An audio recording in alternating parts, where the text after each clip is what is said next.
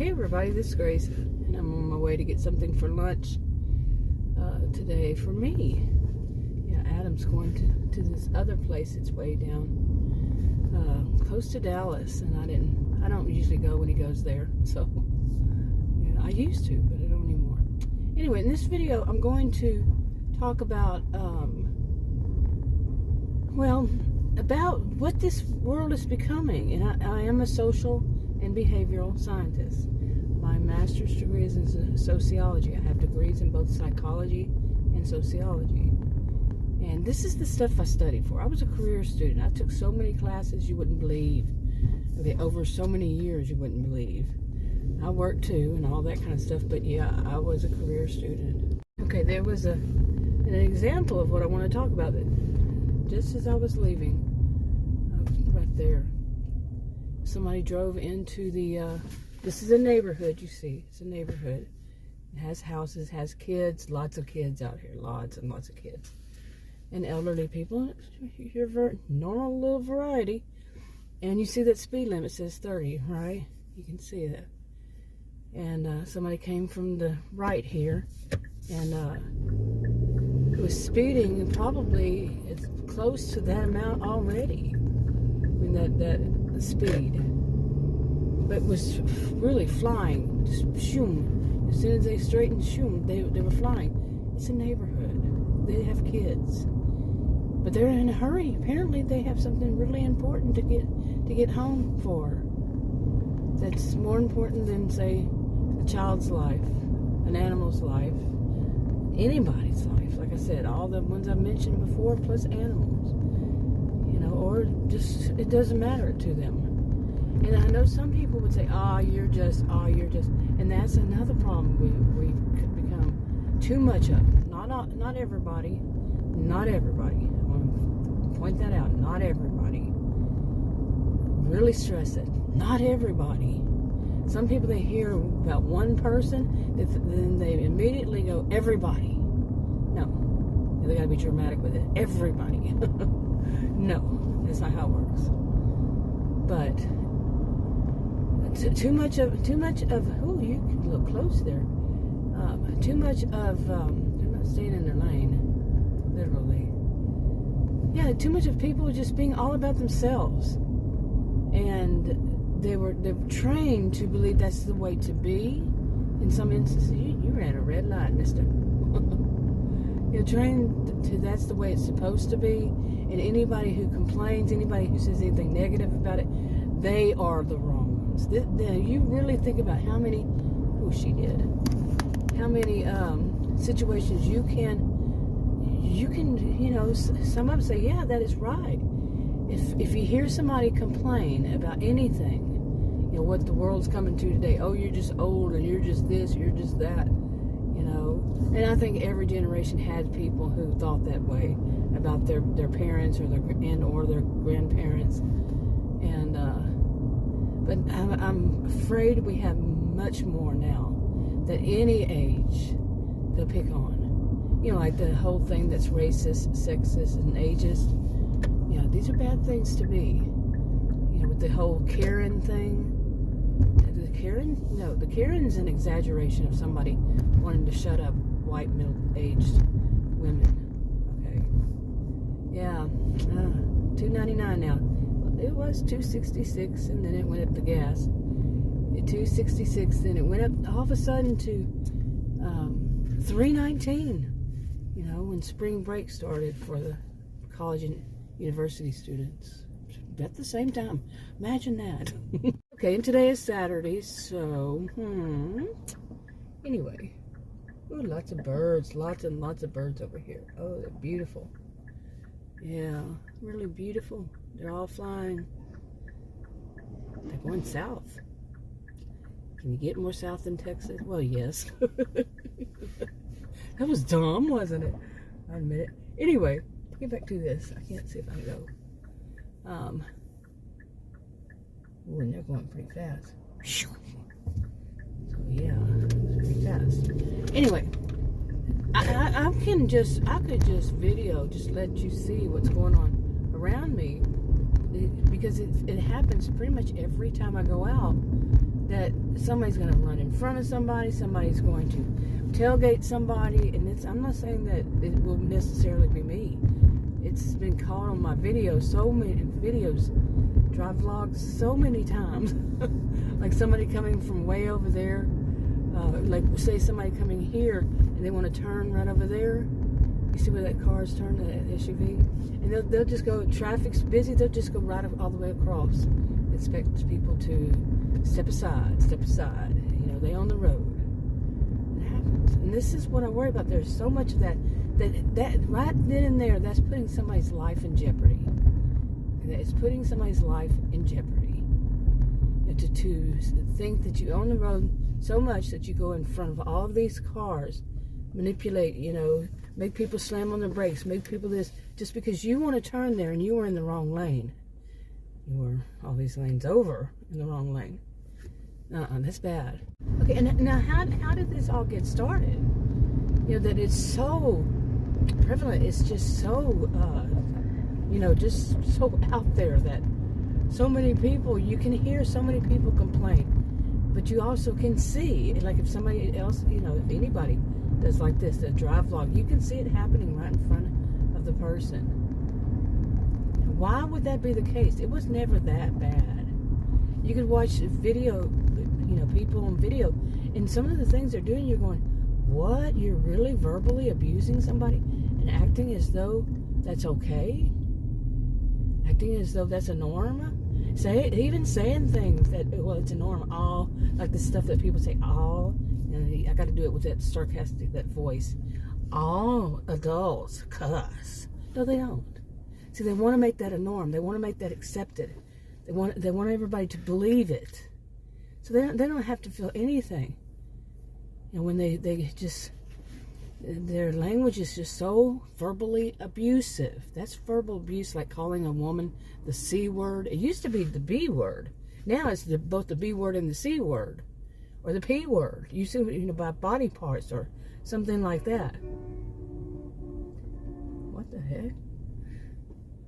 Well, like I said, you didn't get to see that one. Anyway, you see what I'm saying? They're trying to make it, they're trying to normalize it.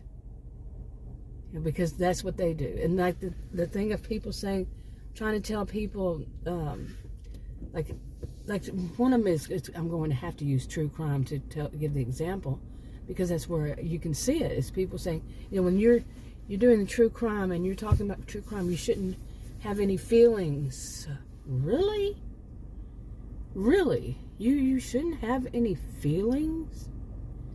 What is wrong with this world today? That's teaching, that to me would come from somebody who's kept hearing it, and or somebody who doesn't have empathy. So they can't, you know, experience compassion. They just don't have empathy. And they wanted to say that it's okay not to have empathy. That's one of them, is a narcissistic person. You know, that's under the definition. Not necessarily is one, though. I had to delete a clip because there was a guy that had a child, and I try really hard not to put anybody's kids in my videos, any minors in my videos. So, okay. But anyway, oops, that's going to show that. So let me see if I can fix it. Anyway, what I'm really getting more and more worried about is more and more I see this, and I see it spreading. It's just like another thing I've seen in my life. It just, you know, like it can go back decades. You know, some kind of a mindset. And, you know, as I've aged, I've seen it getting worse and worse and worse. It spreads. More and more people, more and more and more and more. Especially with the internet. I mean, I had my first computer in 1982. I was one of those way back when. And there weren't many people had computers, you know, personal computers back in 1982. And not really. And, you know, anything you could even think of. I mean, a lot that was more widespread. I think it did start back in those days, but for more widespread, probably closer to the 90s. Yeah. But anyway, since so I can say decades, because I've seen it, that it doesn't help when people get online and they spew things that are so, like I said, rather narcissistic, or histrionic, or temper tantrum throwing, close to borderlines on psychotic, borderlines on psychosis, borderlines on, I can keep going. Or is the psychopath, sociopath? I know these days people want to say, they kind of sort of fall under antisocial, but they want to say it's only psychopath 1, psychopath 2. I was trained when it was psychopath and sociopath, and I still look at it that way. I don't feel like changing that. The way I was taught is more the psychopath just has a one person, at least at a time, and the sociopath doesn't care who it is. Anybody in society, But anyway, what is that? Okay, anyway, but what I was saying was, more and more these days, I see things that, like I've been going through these things, talking about my experiences lately with two things. One of them was with healthcare professionals, and I shouldn't say professionals, healthcare providers, because they weren't acting professional. Those are the ones I'm talking about. Now, there are other ones I'm not talking about, but the ones that I'm talking about, I want to make it clear, because they're not all bad. All right, and then grocery stores. What the crap? Never happened, And both of these are just kind of like, it shows the change. It shows it in a bad way. Like you report something, you call on the phone, and you tell, it's not only been this way. Tell, a store manager, hey, I had some groceries delivered, and it was, 100 and something, 170 something, or whatever it was, dollars worth of groceries, and it all smells like male cologne. And I have chemical allergies, perfume allergies, and I can't have that. This happened to me, and I already gotten my refund. I'm not looking for a refund in any of this. I just want them to know I don't want to buy groceries and have to worry about cologne, some male's cologne being on my groceries. No, I'm not the only person in the planet that has chemical allergies. They sell things that are fragrance-free for a reason. If I was one of few, they wouldn't sell it. I'm not one of few. I'm one of many. So, apparently. Anyway. And then to just nicely tell them, say, hey, this is what's going on. It's got this odor on it. And then the next time I actually bought them myself, and it was, to me, apparent that it was the cashier. He'd probably ring up the first one, that was delivered the first time. 3 months later, I went and, I'd bought some of my own. So, and no smell. Okay, let's put the pieces of the puzzles together here. But 3 months later, when I buy groceries, I bought plenty in between, in person. Get out of there, and there's odor on all of them. I can't wear cologne, perfume. Adam doesn't either. Nobody in my house. No. You see? So it's not us. It's them. And who would that be? The cashier. The male cashier wearing male cologne. Or as Adam said, it's a lotion. So now just telling them that, nicely telling them that, and have them pounce on me. It was two different supposedly. Two different managers. Okay, now let me give you an example. What I'm worried about, another example maybe, is, like some people are told to put themselves first, some people are told to put God first, and some people don't believe, so they're told to put them, God first, yourself second, and then your spouse third.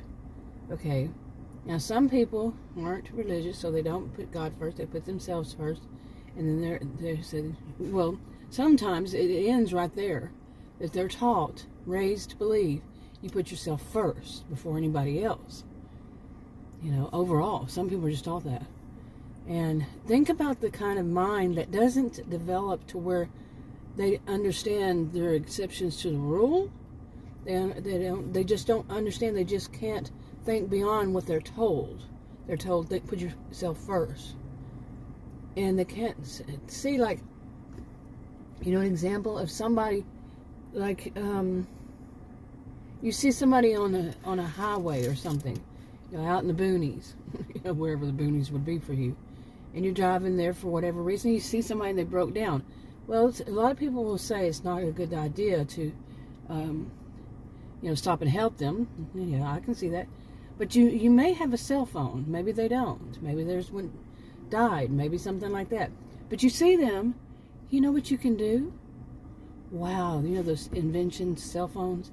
Yeah, you can call the 911 here in the United States and report it. Say, well, it's about mile marker. You look to see there's a mile marker and tell them where it is. And somebody can go out there and help them. They're trying to get people to slow down, stop, help me, something like that. That works miracles. That's what apparently some think is a miracle.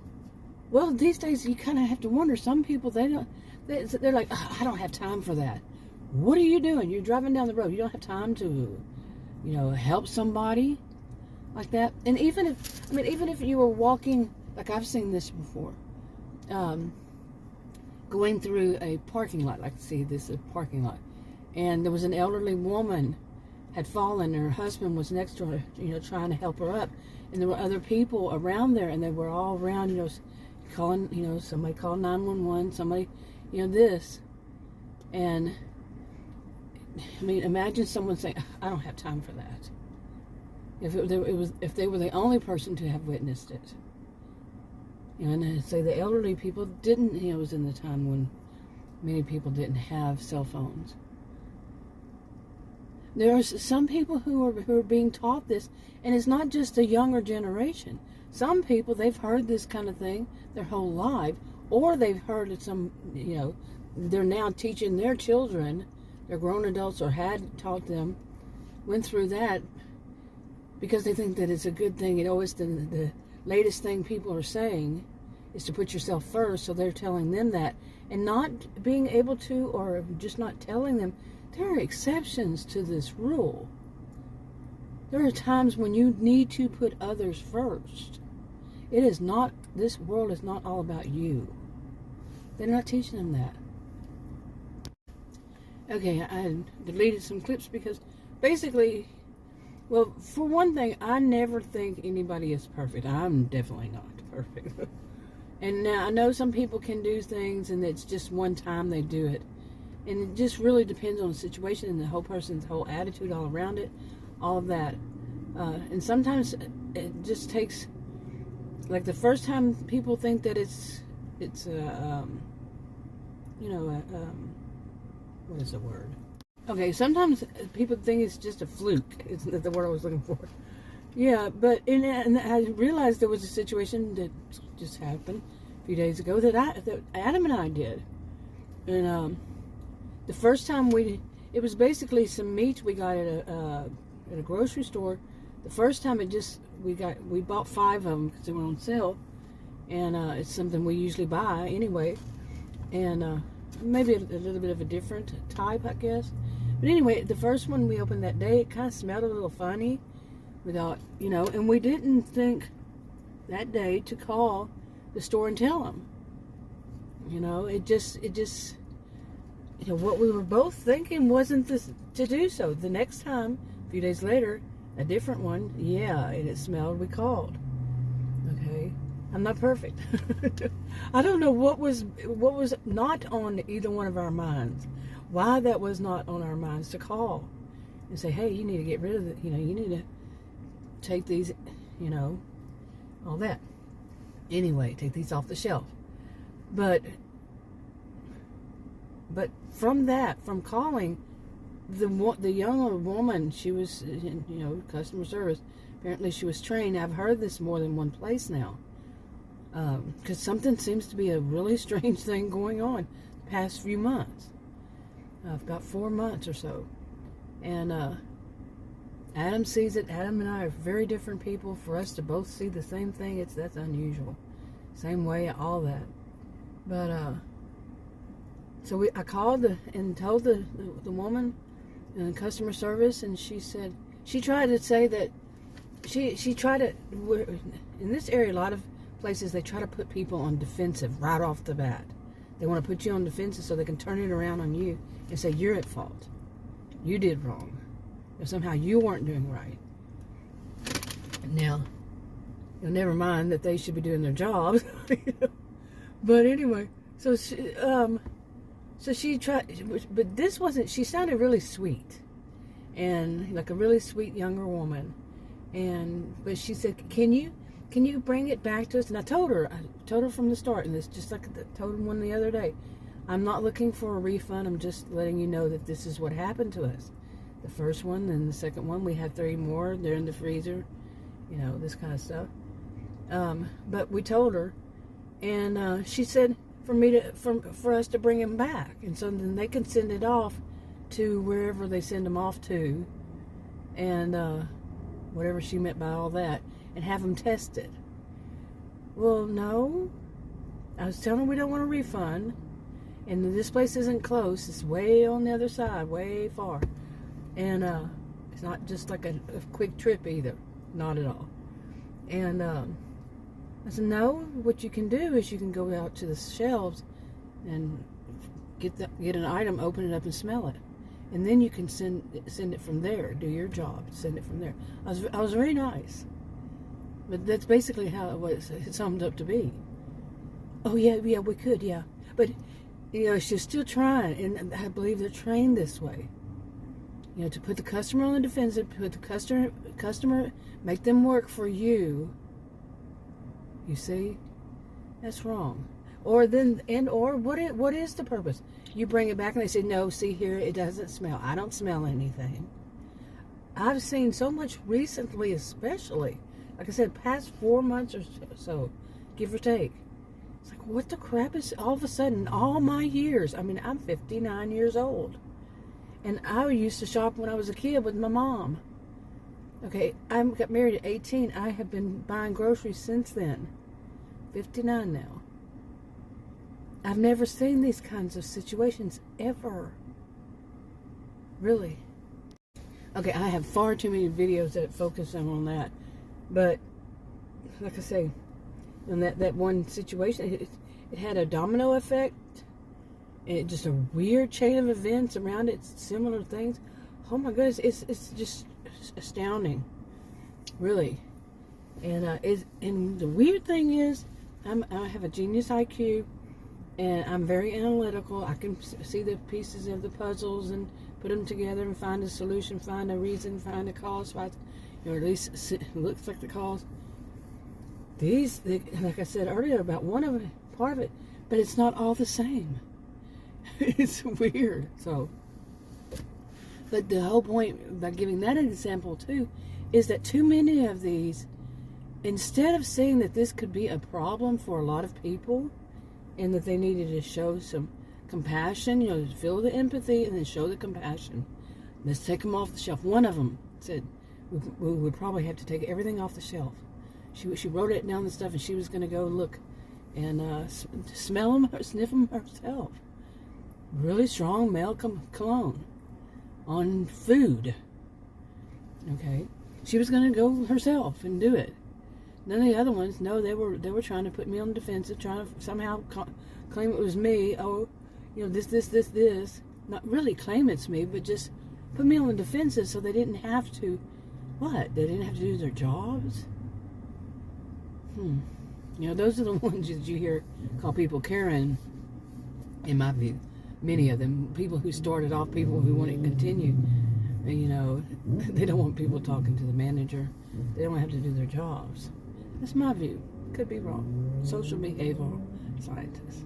Okay, but anyway, I really am worried. I really am very worried. I mean, like I said, I'm 59 years old. How long do I have left on this planet, And so I'm one of those people that feels way too much empathy, seriously. Oh my goodness, especially lately, I noticed more and more, how much I feel it, and people I'm around, not very many do.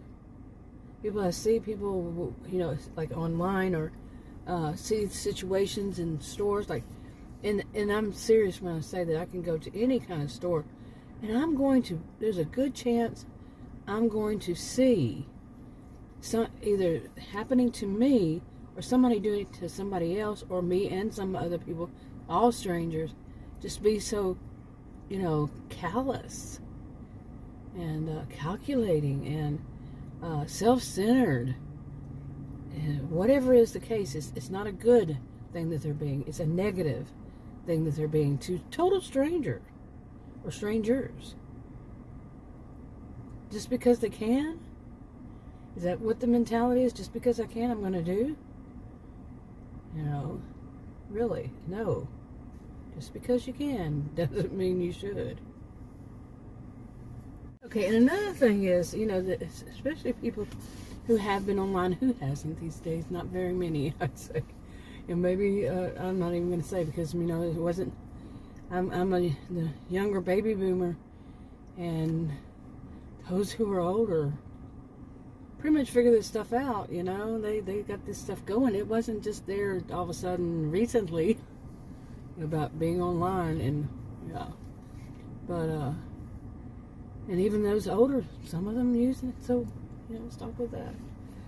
But you know, being online and just seeing some people who are these influencers and some of the stuff they put out there, and that teaches, some of it actually teaches people to be more even superficial, more materialistic, and then put yourself first, like I said, that one, and that whole thing of went around, and some people picked it up thinking that, you know, the people with the mantra mentality, and oh, it's so cool if I say this, no matter what age, oh, this is how we think these days, and this is going to make me look smart if I say this, and those kind, you know, and they were saying this, you're going to earn people, you know, people have to earn your respect.